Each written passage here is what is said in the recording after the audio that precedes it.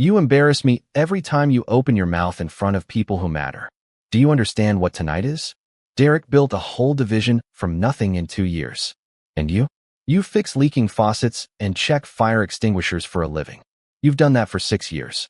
6 years, Aaron, while everyone around you climbed. I used to tell myself you were humble. Now I know you're just scared. Say it then. Whatever you're holding back. You want me to say it in front of everybody. Say it, Danielle. Fine. You're nothing. You've always been nothing. And I'm done pretending otherwise. The wine came before I could answer her. Red, cold, and deliberate. Thrown from a crystal glass she'd been holding since we walked in. It hit my chest and ran down the front of my white shirt in a long, dark line, and the room around us went quiet the way a room goes quiet right before something breaks completely. What you are about to hear is not a story about revenge. I need you to understand that before anything else, because if you walk into this thinking it's only about getting even, you'll miss the real thing sitting underneath it. This is a story about what people show you the moment they believe you have nothing left to offer them, and what happens to those people when the room finally learns the truth. My name is Aaron Coleman, and on the night my wife poured a glass of wine down my chest in front of 600 guests at my own company Gala, every single person in that ballroom believed I was a maintenance worker who had married above his station. That belief was not an accident. I built it, brick by brick, the same way I built everything else in that city. On purpose. 20 years before that night, I was 17 years old, sitting on my grandmother Odessa Coleman's back porch in a neighborhood most people cross the street to avoid, listening to her tell me that a man who owns nothing but shows up every day owns more than a man who owns something and stopped showing up a long time ago. She raised me in a 2-bedroom rental on the east side of the city after my parents passed when I was 9. She cleaned office buildings downtown for 31 years, and every night, she came home smelling like industrial floor wax and told me the same thing. Pay attention to who owns the building, baby, not who cleans it. I paid attention. By the time I was 26, I had saved enough from 3 jobs and a small inheritance from my grandmother's passing to put a down payment on a rundown 4-unit apartment building on the edge of downtown. Nobody wanted it. The roof leaked, the wiring was older than I was, and the previous owner had let 2 units sit empty for a year rather than deal with the repairs. I fixed it myself, unit by unit, weekend by weekend, sleeping some nights on a cot in the basement because I couldn't afford both the renovation and rent somewhere else. I named the company Meridian City Holdings, after nothing in particular except that a meridian is a line that runs straight through the center of something, and I wanted this company to be the thing that ran straight through mine. 14 years later, Meridian owned 41 buildings across the city. Office towers, residential complexes, retail strips, 2 hospitals under long-term lease agreements, and the parking structure beneath the very ballroom where my wife would one day throw a drink at me. Every deed, every title, every dollar of equity sat inside a trust one created in my grandmother's name, the Odessa Coleman Family Trust. The year Meridian turned its first serious profit. I never once put my name on a building. I never wanted it there. I had watched too many companies rot from the top down, run by men who performed integrity in boardrooms and abandoned it the moment the cameras and shareholders left the room. I did not want to be that kind of owner, watching my company from a distance, trusting reports written by people whose careers depended on the reports sounding good. So I did something most people in my position never do. I stepped back from the public face of the company entirely and took a job inside it. Officially, I was Aaron Coleman, Property Compliance Inspector, 3rd floor, unremarkable title, modest salary, a badge that opened every building Meridian owned and raised exactly 0 suspicion in anyone who saw it. I reviewed maintenance logs, safety inspections, contractor invoices, renovation budgets. I walked buildings at odd hours in work boots and a company polo, and nobody in that ballroom, not the executives, not the board members who nodded at me in hallways, not even my own wife, ever connected the quiet man checking fire extinguishers to the name on every title deed in the city. Only one person inside Meridian knew who I really was. Her name was Yvonne Marsh, and I had brought her in personally as company chairman the year I stepped back. She ran the public face of Meridian with a steadiness I had never seen rattled, not once in 12 years. We had a private line, checked twice a day, and an understanding that outside of that line, in every meeting, every hallway, Every gala like the one you just watched unfold, she knew me only as an employee. It worked. For 12 years, it worked exactly the way I designed it to work.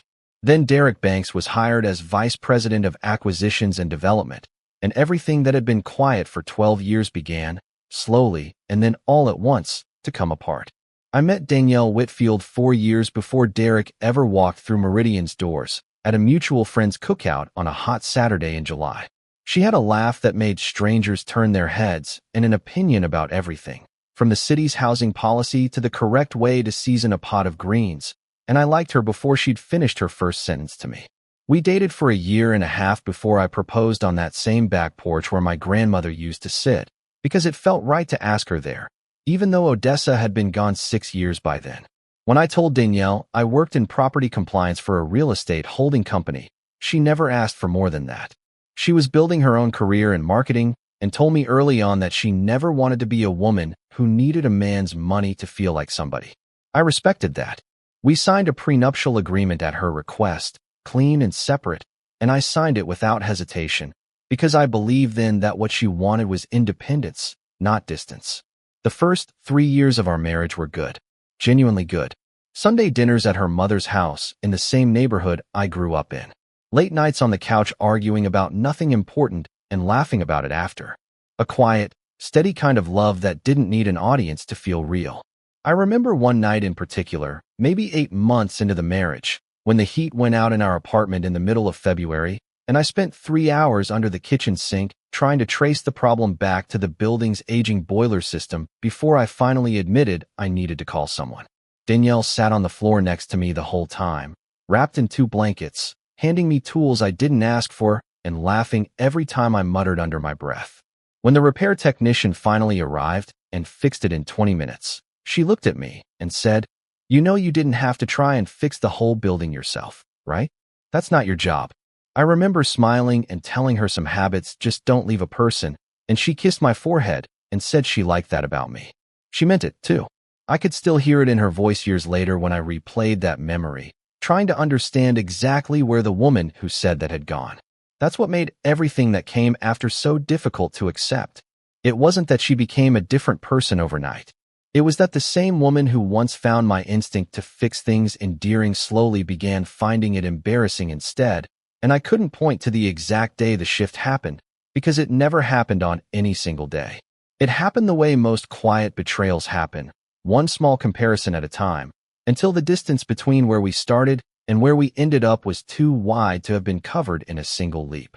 Then Meridian's marketing department had an opening, and Danielle applied without telling me, and got it on her own talent, which I was proud of, right up until the day everything about her began, slowly, at the edges, to change. I want to take you back further, because to understand what happened at that gala, you need to understand exactly how far I had gone to make sure nobody ever saw it coming. Odessa Coleman raised me on principle before she ever raised me on money, mostly because there was never much money to raise me on.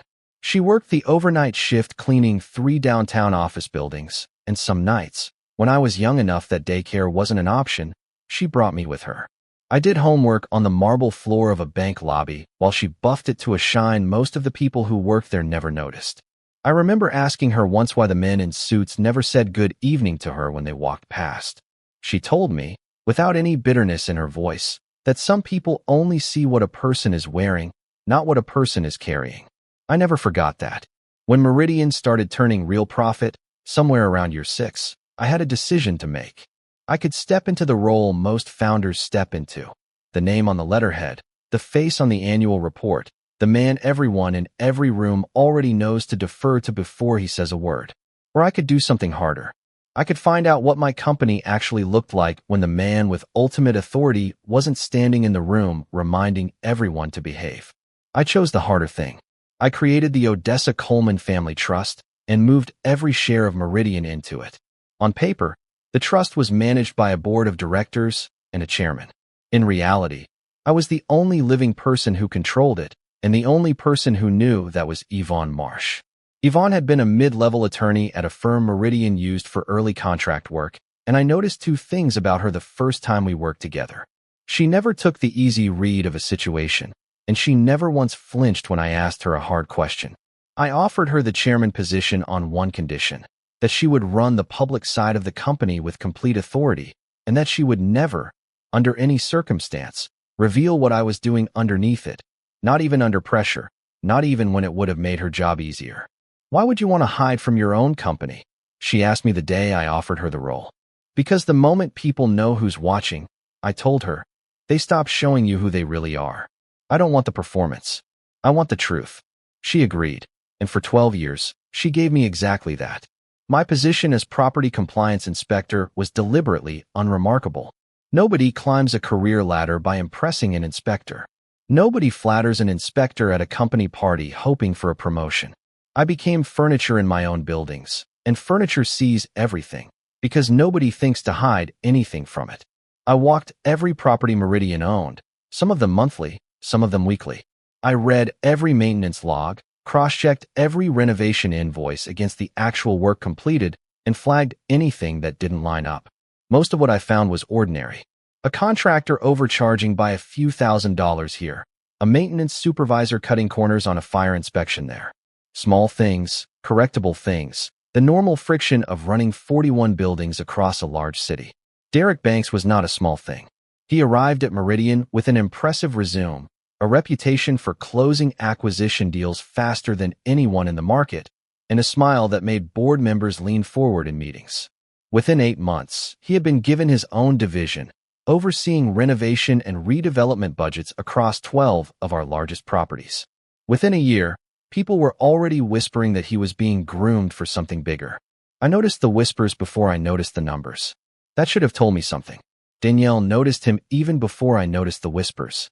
She came home from her first week in the marketing department talking about how sharp he was, how he'd walked into his first executive meeting and rewritten the entire redevelopment pitch on the spot, how the whole room had gone quiet listening to him.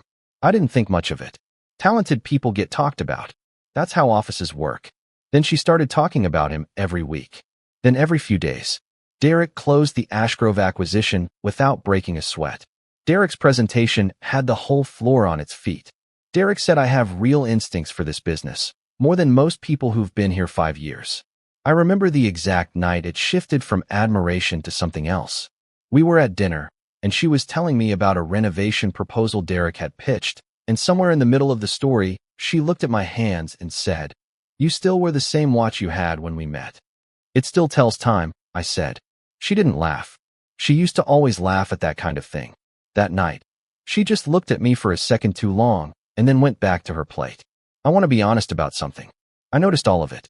The comments, the late nights, the new way she talked about her job like it was the most interesting thing happening in either of our lives. I noticed, and for a long time, I told myself it was nothing, because the alternative was something I wasn't ready to sit with yet. That's the thing nobody tells you about watching a marriage change. You see it happening in real time, and some part of you keeps hoping you're wrong right up until the moment the evidence makes it impossible to keep hoping. The evidence, when it finally came, didn't come from my marriage. It came from a stack of renovation invoices sitting on my desk on a regular Tuesday afternoon. The first irregularity I found looked, at first glance, like nothing at all. A renovation invoice for the lobby and elevator system at one of our downtown office towers, submitted by a contracting firm called Alden Restoration Group. The number itself wasn't unusual. What was unusual was that when I pulled up Alden Restoration Group's business registration to confirm their license was current, before signing off on the payment, the business didn't exist. No registered address. No license number on file with the city. No employees, no other clients, nothing. A company that had, according to our books, completed over $200,000 of renovation work for us in the last year, and had no footprint anywhere else in the world. I sat with that for a long time before I pulled the rest. Over the following 6 weeks, working slowly and quietly so nothing about my routine looked different, I found 11 more contracts like it. Consulting agreements, renovation contracts, market analysis, fees paid to firms that either didn't exist or existed only on paper, all of them routed through a subsidiary account that reported directly to Derek's division, all of them bypassing our standard 2-signature approval process through an exemption Derek himself had requested 7 months earlier, citing the need for faster turnaround on time-sensitive acquisitions. I ran the total. somewhere between $28 and $36 million, moved over roughly 16 months, in amounts small enough, individually, to avoid triggering an automatic audit flag. I called Yvonne that night on our private line. "How sure are you?" she asked. Sure enough that I needed a second set of eyes before I said it out loud. I told her. Not sure enough yet to move. What do you need? Time. And I need to know how far this goes before I touch anything. 2 days later, a young woman named Jasmine Carter knocked on the door of my small office on the 3rd floor, holding a manila folder against her chest like it was heavier than paper should be. She was 24, 2 years into her career as a junior leasing coordinator in Derek's division, and she had clearly rehearsed what she was going to say so many times that the words had worn thin from repetition. "I copied these 3 weeks ago," she said, sitting down without being asked. "I've been trying to figure out what to do with them ever since." I didn't touch the folder yet. "What made you decide today?" She was quiet for a second. "My little brother is starting college in the fall. I can't afford to lose this job over something that isn't even mine to fix." She looked up at me. "But I haven't been sleeping right for 3 weeks, and I figured that had to mean something eventually." Inside the folder were printed records of wire transfers, 8 of them matching contracts I had already flagged, along with 2 internal emails in which Derek's assistant confirmed payment processing for invoices that corresponded to no actual completed work in our project management system.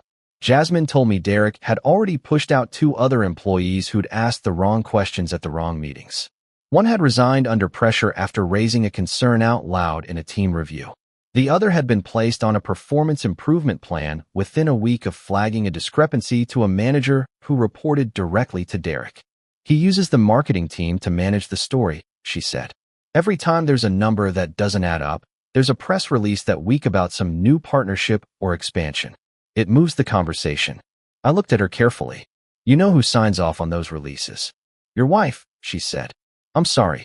I didn't know if you knew that part." "I'm finding out a lot of things I didn't know," I told her. Before she left, I asked her one more question, the kind of question I don't think I fully understood the weight of until years later, looking back on it. "Why bring this to me?" I asked her. "There are a dozen people at this company with more authority than I have on paper. Why walk it down to the 3rd floor?" Jasmine thought about that for a moment before answering. "Because you're the only person here who actually looks at things," she said. "Everybody else in this building looks at people. Who's dressed sharp, who talks the loudest in a meeting, who's already decided is going somewhere. You're the only one who walks these buildings checking whether the wiring is actually safe or just looks safe on paper." I figured a man who pays that much attention to a fire extinguisher probably pays that much attention to everything else too. I didn't say much to that. I'm not sure there was anything worth saying that wouldn't have given away more than I was ready to give away yet. But I've carried that answer with me since, because it told me something true about the kind of trust that gets built by simply doing the small, unglamorous work correctly, over and over, without anyone watching or applauding for it. Nobody trusts a man because he wears a title well. They trust him because, over enough ordinary days, he shows them exactly who he is when nothing is riding on the performance. I promised Jasmine I would handle it, told her not to speak about our conversation to anyone, and walked her out through a side hallway so no one would clock how long she'd been in my office. Then I sat at my desk for a long time with the folder open in front of me, and I let myself ask the question I'd been avoiding for months. Did Danielle know what she was signing? Or was she simply useful to a man who understood exactly how to make himself indispensable to a woman who wanted, more than almost anything, to be seen as someone who mattered? I needed the answer before I did anything that couldn't be walked back. That evening, over dinner, I brought up Derek's name as casually as I could manage. I mentioned I'd come across it in some paperwork and wanted to understand his role better. Danielle put her fork down. "Why are you asking about Derek?" "Professional curiosity." "You don't have professional curiosity about people 3 levels above your desk, Aaron. You never have." "Is this because I bring him up sometimes?" "I'm asking because I think he might be involved in something that could hurt you," I said. "I need you to be careful about what you sign without reading first." She stared at me for a long moment, and then she said, in a tone I recognized because I'd heard it building for months, "Derek has done more for this company in 2 years than most people manage in 10, and he's finally getting recognized for it, which apparently makes some people uncomfortable." She pushed her chair back. "You inspect buildings, Aaron. You check smoke detectors. Derek runs a division of 300 people and is being talked about for the next chief operating officer role. Please don't turn this into something it isn't." She went to bed. I stayed at the table a long time, looking at nothing in particular, feeling something settle in my chest that I didn't have a name for yet. The next morning, I discovered that the login credentials for my work laptop had been used at 11:52 the previous night, from a device registered to Danielle's company profile. 14 folders accessed, 2 copied to an external location. I didn't confront her. I called Yvonne instead. "She accessed your files?" Yvonne said. "Files she was given a password to and told it was necessary," I said. "What do you want to do?" I thought about it carefully before answering. If I revealed myself now, before we had the full chain of who instructed what and when, Derek would have lawyers between us and the evidence before we'd finished the sentence. "Nothing yet," I told her. "But I want everything on every device in my office backed up in real time to the board server starting tonight." "Already done," Yvonne said. 8 minutes ago. I closed my laptop and sat looking at the ceiling of my small third-floor office for a long time that night. I had built Meridian so that people like Jasmine Carter would have somewhere safe to bring the truth. I had married Danielle because I believed she understood that what a person does when nothing is watching is the truest measure of who they are. I had been right about the company. I was beginning to fear I had been wrong about her. I wasn't ready to say that out loud yet.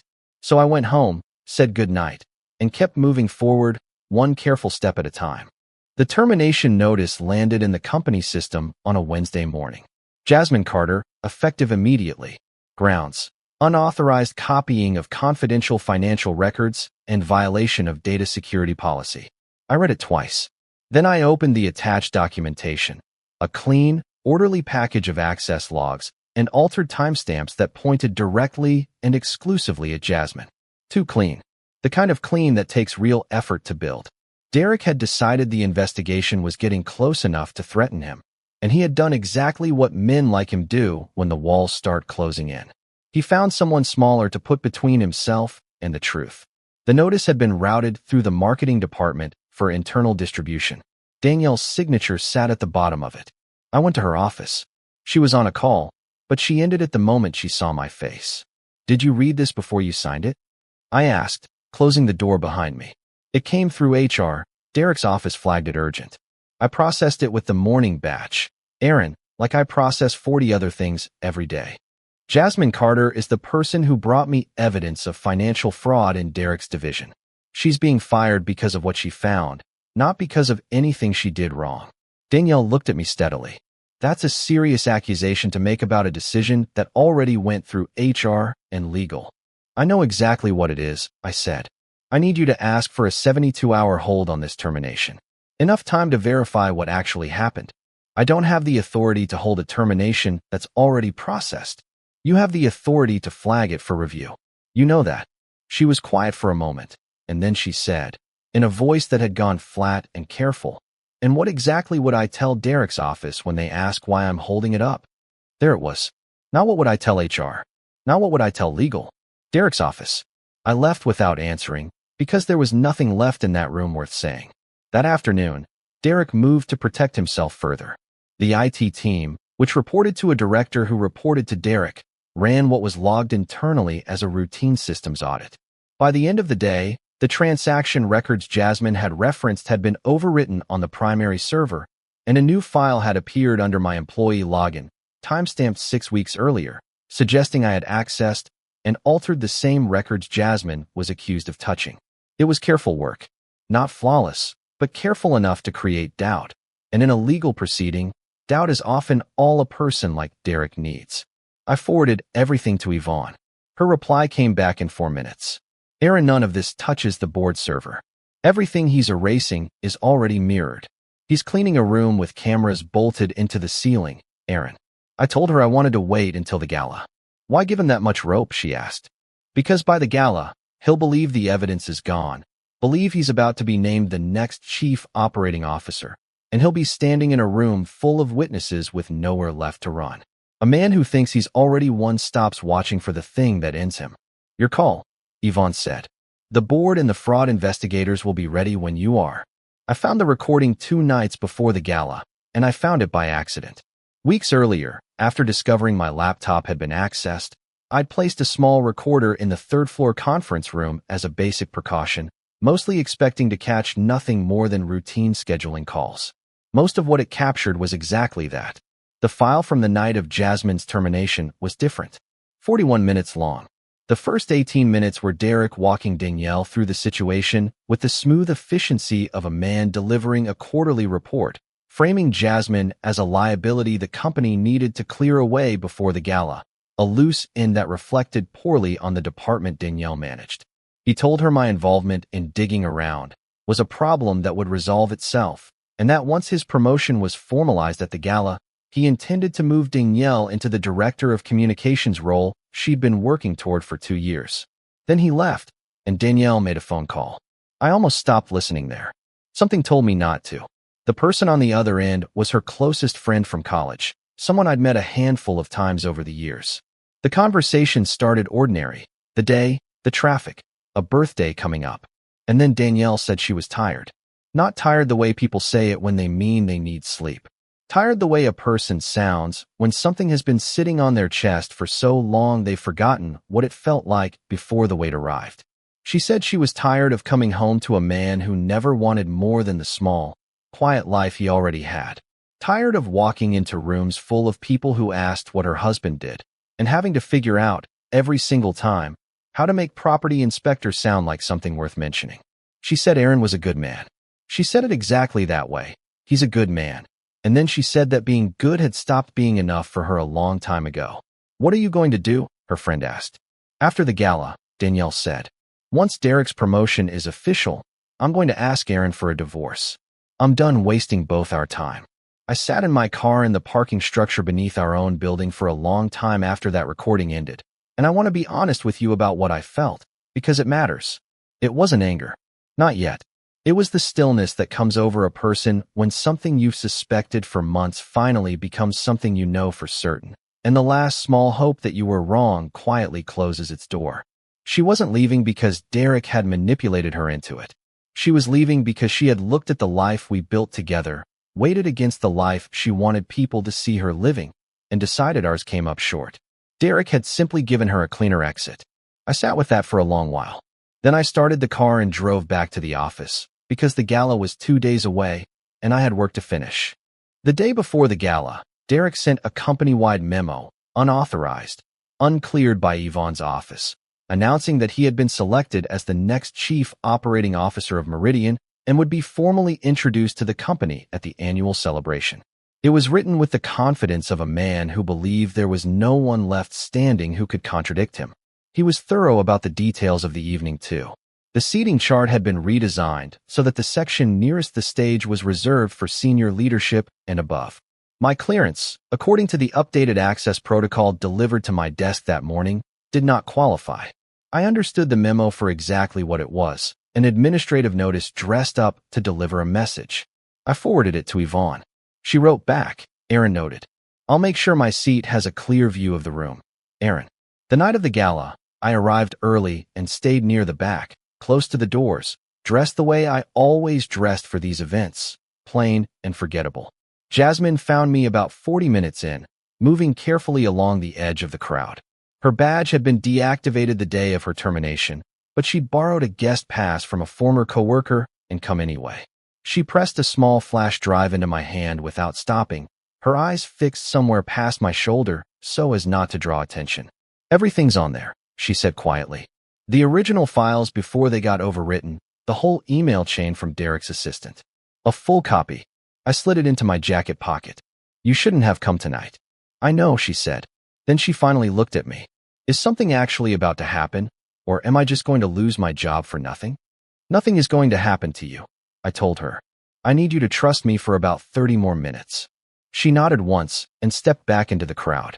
Derek's voice cut across the ballroom before I'd taken another breath. He'd seen us.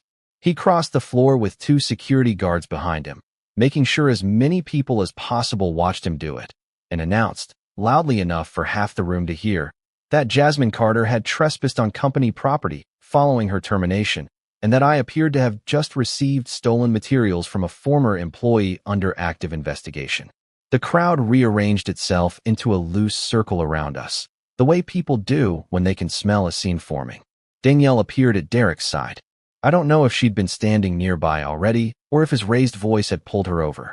Derek told her, for the benefit of everyone listening, that I had been quietly building a case against the company and feeding it to a disgruntled, terminated employee. He said this was exactly the kind of behavior he'd warned her about. He told her she needed to decide, right there, where she stood. I looked at her across the space between us. I said her name once. Just that. Danielle. She reached over and took the drive out of my open hand. I let her take it. Then she looked at me, really looked, for the first time in what felt like months, and picked up the wine glass she'd been holding all evening. I've already told you what happened next. The glass hit my chest. The room went silent the way a room goes silent right before something finally breaks. She dropped the drive on the floor between us, and Derek stepped forward and grounded under his heel. Then he put his arm around her shoulders like a man collecting something he believed he'd rightfully earned, and told his security team to escort me from the building. I didn't move. Instead, I reached into my jacket, took out my wedding ring, and set it on the nearest table. I'd taken it off an hour earlier, standing alone near the parking structure entrance, right after a final message from Yvonne confirmed the board was in position. I hadn't put it back on. Some part of me, I think, had already known I wouldn't. Derek smiled at me. "You're done here," he said. "You were never really here to begin with." I looked at him, and then at Danielle, who was staring down at the ring on the table with an expression I couldn't read. "I know," I said. Then I turned toward the entrance, where Yvonne Marsh was walking through the doors with 9 members of the board of directors and 2 fraud investigators from the district attorney's office. Yvonne didn't hurry. That was the first thing I noticed, the pace she chose crossing that ballroom floor. Not slow, not fast. Deliberate. The walk of someone who had been waiting a long time for exactly this moment and knew, without question, that it had finally arrived. The board members behind her spread out as they entered, taking positions around the room without being told to, the way people move when they've rehearsed something quietly and know precisely where they belong. The 2 investigators stayed near the doors, unhurried, watching. Derek's security team looked at them, then at Derek, then back at them, and stayed exactly where they were. Yvonne stopped in front of me. She looked at the wine still soaking through my shirt, at the ring sitting on the table beside me, and then she turned to the room and inclined her head in my direction. "The board recognizes the founder and controlling owner of Meridian City Holdings," she said, her voice carrying to every corner of that ballroom. "Aaron Coleman." The silence that followed was complete. Behind her, the massive display screen that had been set up for Derek's coronation came alive, not with his remarks, but with something else entirely. The incorporation documents of the Odessa Coleman Family Trust. The original ownership registry from 14 years earlier. The unbroken chain of title from the trust, through the parent holding company, down to every subsidiary and property Meridian had ever acquired, including the very building we were standing in. And at the center of it, time-stamped and unmistakable, my name, my signature, and a photograph of a much younger version of me, kneeling on the floor of an empty 4-unit building with a paintbrush in my hand, the day I signed the papers that started everything. I watched the room understand what it was looking at, one face at a time. I watched Derek's expression move through disbelief, then a fast, cold recalculation, then the blankness of a man whose entire plan has collapsed in real time and who is already trying to figure out what, if anything, he can still salvage. And I watched Danielle. She looked at the screen, then at me, then back at the screen, and she wasn't doing the math wrong. She was doing it exactly right, and the answer kept landing in the same place no matter how she turned it. The gala she had chosen to humiliate her husband inside of was being held in a building her husband owned outright. The company she'd told him he could never rise to the level of was the company he had built from an empty room with his own 2 hands. The man she'd just told to leave had nowhere to go, because he already owned every door in the building. Derek recovered first. That was always one of his genuine talents. "These documents have been altered," he said, loud enough for the room to catch. "This is exactly what I've been telling everyone. He's been building a manufactured case against this company for months." "The drive you crushed under your heel was a copy," I said. "I had 4 made. One was in Jasmine's hands tonight, which you clearly anticipated. One has been in Yvonne's possession since Tuesday. One uploaded to the board's secure server the night my laptop was accessed, the same night my wife used a password she was told to take from me. Every log you deleted, every timestamp you fabricated under my name, all of it was recorded against a clean baseline that existed before you touched a single file. I let that sit in the room for a moment. The fourth copy, I said, has been with the district attorney's financial crimes unit for 2 days. Derek looked at the investigators near the door. They looked back with the calm, patient expression of people who were exactly where they'd expected to be all along. He turned to Danielle. And here is the moment I want you to sit with, because it told me everything I would ever need to know about who Derek Banks actually was. He didn't hesitate for even a second. He didn't pause to consider whether she deserved better than what he was about to do to her. He turned to her the way you turn toward an exit when a building is on fire, with pure, unhurried self-interest. She came to me, he said. I want that on the record. The credential access, the communications she signed off on, that was her doing. I raised concerns at the time. I have the documentation. The room went quiet in a different way than before. Not shocked this time. The quiet of a room, watching a suspicion finally confirm itself. Danielle stood completely still. I couldn't see her face from where I was standing, but I watched her shoulders, and I watched her hands, and I saw the exact moment she understood that the man she had reorganized her entire life around had just handed her over without a single second of hesitation. Yvonne turned to the investigators. We're ready whenever you are. It didn't take long after that. The board voted to remove Derek from every position he held while the investigators were still standing in the room. The vote was unanimous, and it took less than 5 minutes. 2 agents walked him out with the kind of practiced efficiency that comes from having done it many times before, and 3 managers who had processed payments through Derek's subsidiary accounts without ever asking a question were placed on immediate suspension pending an independent review. Yvonne found Jasmine near the edge of the crowd and brought her forward in front of the full board. I shook her hand and told her, in front of every person still standing in that room, that her termination was reversed effective immediately, and that she would be moving into a newly created role overseeing an internal audit division that reported directly to the board, not to any single executive. Jasmine looked at me for a moment, like she was deciding whether to believe what she'd just heard. There's a salary adjustment that comes with it, Yvonne added. Jasmine nodded slowly, and I watched something move through her that wasn't triumph. It was the quiet, worn-down relief of someone who did a hard thing at real personal risk and just found out, in front of witnesses, that it had actually been worth it. Danielle found me about 20 minutes later, near a side hallway where the noise from the ballroom had faded to a low hum. I let her approach.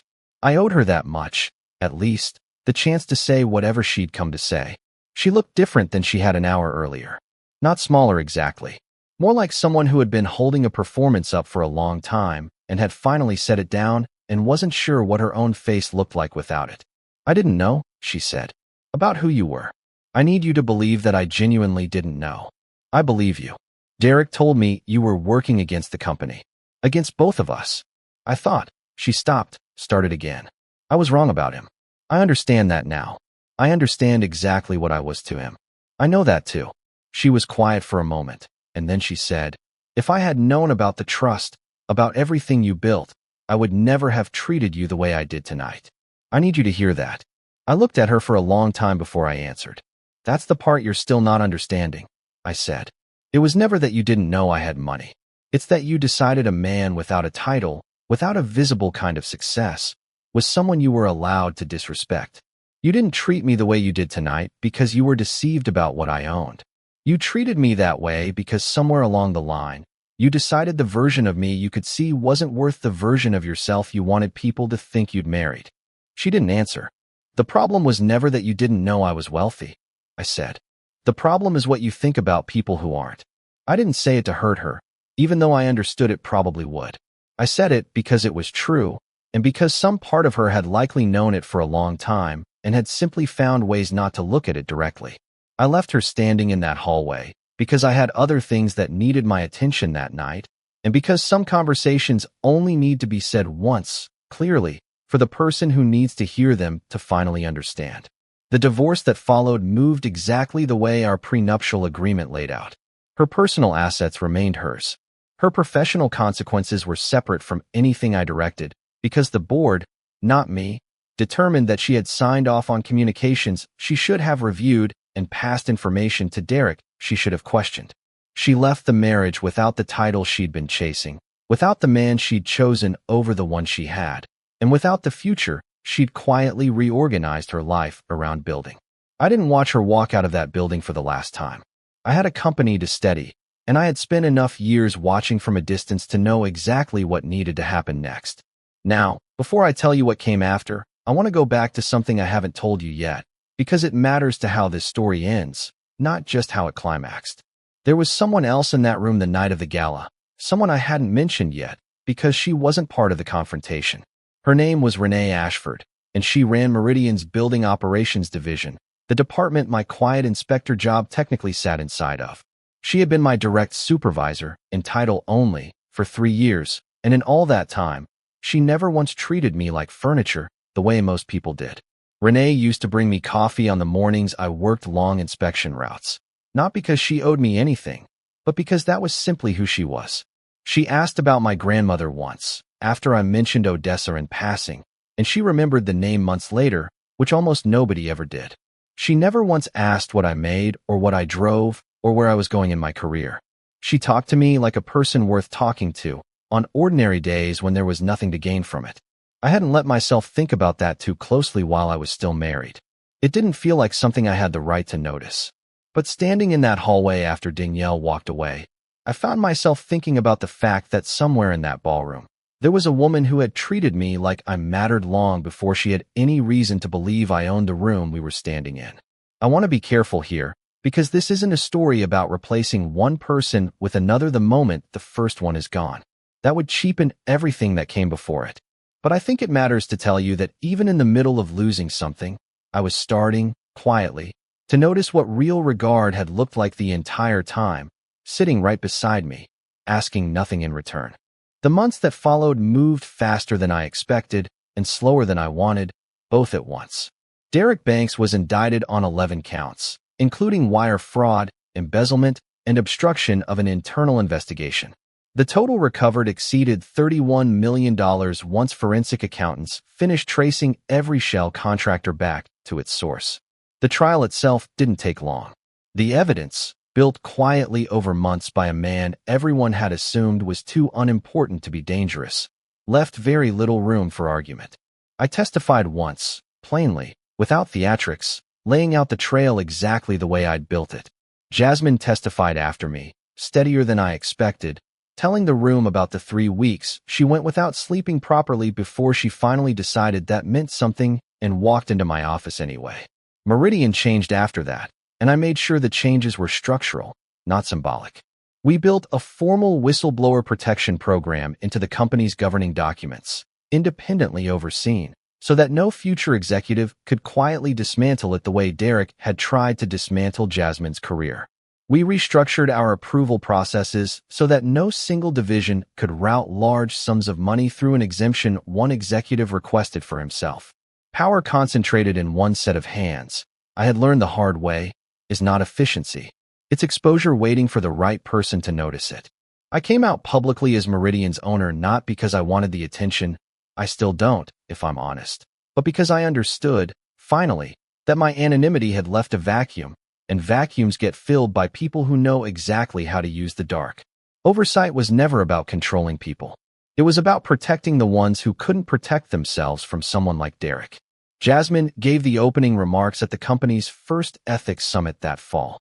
I asked her before I asked anyone else, and I sat in the third row and listened to her talk about those 3 sleepless weeks, the fear of losing everything her family depended on, the moment she finally decided that her exhaustion was information she should probably act on instead of ignore. She was funny about parts of it, which surprised some people in the room and didn't surprise me at all. I had learned by then that the people who show up scared and do the hard thing anyway are usually the ones with the sharpest sense of humor about it afterward, because humor is sometimes the only way to survive having been that afraid. Danielle took a communications role at a smaller firm in another city a few months after the divorce finalized. I didn't track the details closely. I wasn't angry with her by then, not the way I had been that first night in the parking structure. But I had no real interest in the shape of a life I was no longer part of.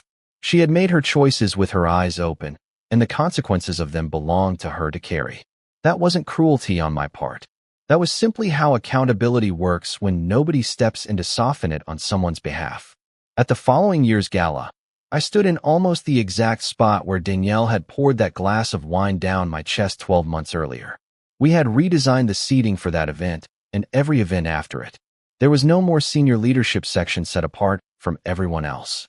The room was arranged so that the people who worked the overnight maintenance shifts and the leasing coordinators and the junior accountants sat at the same tables as the board of directors, not as a gesture for the cameras, but as company policy, written into how we ran every gathering going forward. I didn't give a speech about values that night. I've never trusted speeches about values much. They tend to land loudest on the people who need them least and slide right past the ones who need them most. Instead, I watched a young building operations coordinator named Terrell sit at a table with 4 board members and talk through a maintenance scheduling problem he'd noticed in his division and what he thought the fix should be. I watched those board members lean forward and take real notes, not because they were performing humility for anyone watching, but because Terrell was right and the idea was good, and it didn't matter whose badge it came from. That was what I had built Meridian to be. From the very first weekend, I spent sleeping on a cot in an empty basement. Not a monument to one man's ambition. A place where the work itself mattered, and the people doing it were treated like they mattered too. Renee Ashford was at that gala as well, sitting near the front this time, since building operations had been folded more closely into company leadership after the restructuring. I found myself walking over to her table before I'd fully decided to, and asking if she wanted to step outside for some air. "You're the owner of the whole city now," she said, smiling as we walked. "I assume you don't need air?" "I assume the air needs you." "I've been called a lot of things this year," I said. "Owner of the city is a new one. How does it feel? Not hiding anymore." I thought about that question longer than she probably expected me to. "Lighter," I said finally, "and a little strange. For 12 years, the only person who really knew me was Yvonne. It's taking some getting used to, letting people see the whole thing at once." "For what it's worth," Renee said, "I think I already knew most of it. Not the ownership part. The rest of it. Who you actually were underneath the badge." I looked at her for a moment. The way you look at someone when you're finally letting yourself notice something you'd spent a long time not letting yourself notice. "I think I knew that about you too," I said. Neither of us said anything else about it that night. Some things don't need to be rushed into words the moment you feel them.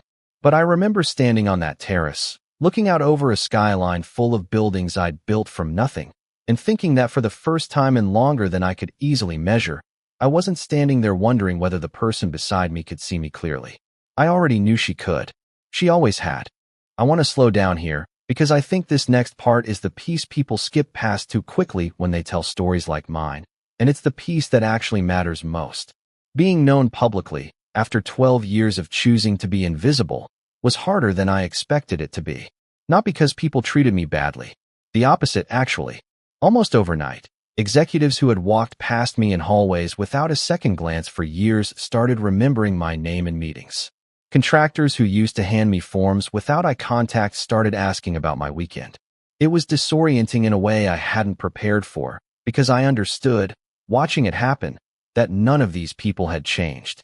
I had simply become visible to them in a way that mattered to their own interests, and that visibility rearranged how they treated me instantly, the same way it had rearranged how Danielle treated me the night the truth came out on that screen.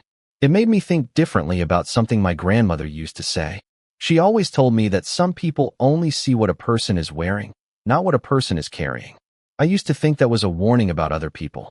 Watching the gala crowd shift around me in real time taught me it was also a warning about how easily a person can start believing the attention is about who they've become, instead of remembering it was always about who they'd been the whole time, unnoticed, doing the work anyway.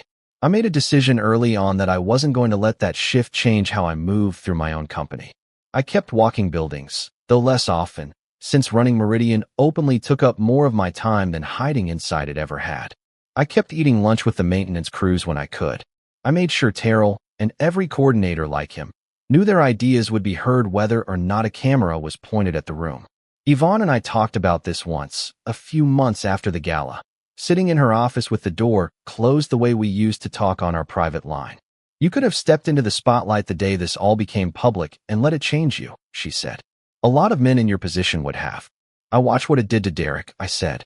He wasn't a bad person the day he started at Meridian. He was ambitious and talented, and the company gave him more authority than any one person should hold without real oversight.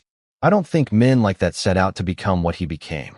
I think it happened slowly, the same way Danielle's disrespect for me built up slowly, one small comment at a time, until neither of them could see how far they drifted from where they started. So what stops it from happening to you? I thought about that for a long moment before I answered. Staying close to people who never needed me to be anything other than what I already was, I said. That's the only thing I've found that actually works. I thought about Renee when I said it, though I didn't say her name out loud. Yvonne smiled like she understood exactly what I meant anyway. There's a kind of moral conflict that doesn't get talked about enough in stories about revenge, and I think it's worth naming directly, because I lived through it and I don't want to pretend I didn't. There were nights, in the weeks after the gala, when I caught myself replaying the confrontation and feeling something uncomfortably close to satisfaction watching Danielle's face fall apart on that screen. I'm not going to tell you I never felt that. I did. But satisfaction like that has a short shelf life, and I want to be honest about what came after it faded. What stayed, longer and steadier than any triumph, was something closer to grief. Grief for the 3 good years we genuinely had. Grief for the version of her I fell in love with at that cookout. The one who laughed loud enough to turn strangers' heads, before ambition and comparison slowly wore that person down into someone who believed humiliating her husband in public was an acceptable price for being seen as important. I don't think that version of her ever fully disappeared. I think she buried her, the same slow way most people bury the parts of themselves that stop being convenient. I share that because I don't want you to walk away from this story thinking revenge felt clean, or that watching someone lose everything they'd built their new life around felt like a victory worth celebrating for its own sake. It didn't.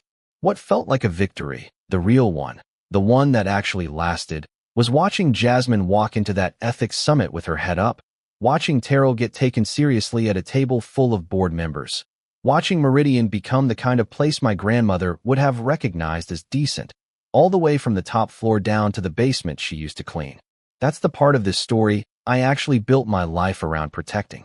Everything else, the confrontation, the reveal, the ring on the table, was simply what it cost to get there. I think about Derek sometimes too, in ways I didn't expect to, given everything he did. Not sympathy exactly. I don't carry sympathy for what he chose to do to Jasmine, or to the 2 employees before her whose names barely made it into any headline. But I do carry something like recognition, because I understand now that ambition on its own was never his real flaw. Plenty of people at Meridian were ambitious. Plenty of people wanted the corner office and the title and the room going quiet when they walked in. What made Derek dangerous wasn't wanting those things. It was that somewhere along the way, he decided the people standing between him and those things weren't fully real to him, just obstacles wearing faces, and once a person starts thinking that way about the people around them, there's very little left to stop them from doing real damage. I've asked myself more than once whether Meridian's culture made that possible before I ever noticed it happening, whether the very structure I built to protect people from exactly this kind of harm had a blind spot large enough for a man like Derek to operate inside of for 2 years without anyone catching him sooner. I don't think there's a comfortable answer to that question. I think the honest answer is that no system, no matter how carefully built, replaces the responsibility of the people running it to stay awake to what's happening underneath them. That's part of why I stayed an inspector as long as I did, even after it would have been easier, in almost every practical sense, to simply trust the reports crossing my desk instead of walking the buildings myself to check them against reality. Here's what I want to leave you with, because I think it matters more than any single scene in this story, including the one you've probably been waiting for since the beginning. Owning every building in a city doesn't change who a person is underneath their name on a title. It only removes the excuses people were using to hide their true character from view. Danielle didn't lose her marriage because she didn't know I was wealthy. She lost it because somewhere along the way, she built a version of the world where a man without a visible title was acceptable to disrespect in public, and she applied that standard to the person standing closest to her, right up until the moment the room revealed exactly who that person had been the whole time. Derek didn't fall because he got caught. He fell because he spent years treating people, Jasmine, the co-workers before her, even the woman standing beside him at the end, as instruments to be used and discarded the moment they stopped being useful. And eventually, one of those people, a 24-year-old leasing coordinator who hadn't slept properly in 3 weeks, decided that was enough and knocked on a quiet inspector's office door anyway. Jasmine didn't succeed because she wasn't afraid. She succeeded because she was afraid, and she showed up regardless. That difference matters more than most people realize when they tell stories like this one. And I think it's the part worth remembering longest after everything else fades. The way a person treats someone who appears to have nothing to offer them. That's the most honest measure of who they actually are underneath everything else about them. Not the title on their business card. Not the car in the driveway. Just that. How they treat the person who can't do anything for them in return. I still walk buildings sometimes. Even now, though most people in the company know exactly who I am when I do it. Terrell runs his own small team these days, overseeing scheduling improvements across 3 properties, and he still stops me in hallways to talk through ideas the way he did that first night on the terrace. Jasmine's audit division has grown to 12 people, and I hear she still keeps a small stack of blank folders in her desk drawer, in case anyone ever walks in the way she once did, needing somewhere safe to put down something heavy. Renee and I still talk most days, though it's become something more than the co-worker conversations we used to have. I'm not going to tell you exactly how that part of my life has unfolded, because some things are worth keeping for yourself, even in a story you're choosing to share with strangers. I'll only say this. I finally understand the difference between being loved for what a person can see about you and being cared for by someone who never needed to see anything at all to decide you were worth showing up for. My grandmother used to tell me, sitting on that back porch, that the only real difference between a man who builds something and a man who never does is the decision to start. I've thought about that a lot over the years, but standing where I stand now, I think there's a second difference nobody told me about back then. It's the decision, once you've built something, to keep being the same person underneath it that you were before anyone was watching. That's the part one try to get right every single day. Not the buildings, not the trust, or the title, or the name on the incorporation papers. Just staying the man who used to sleep on a cot in a basement, checking fire extinguishers on quiet mornings, treating everyone he met like they mattered, whether or not they ever found out why that mattered so much to him. If this story meant something to you, stay with me. There are more stories like this one coming, about people who chose to do the right thing when it cost them something real, and what happened to them and everyone around them, because they did. Somewhere in this city tonight, there's a young coordinator working late, or a maintenance worker walking a quiet hallway nobody else bothers to check, or a woman sitting across a dinner table from someone who doesn't yet know the whole truth of who she married. I hope, wherever they are, they remember what my grandmother told me on that back porch all those years ago. Pay attention to who owns the building, baby, but pay closer attention to who a person becomes the moment they believe nobody important is watching. That, more than any title or trust or name on a deed, is the truth that outlasts everything else.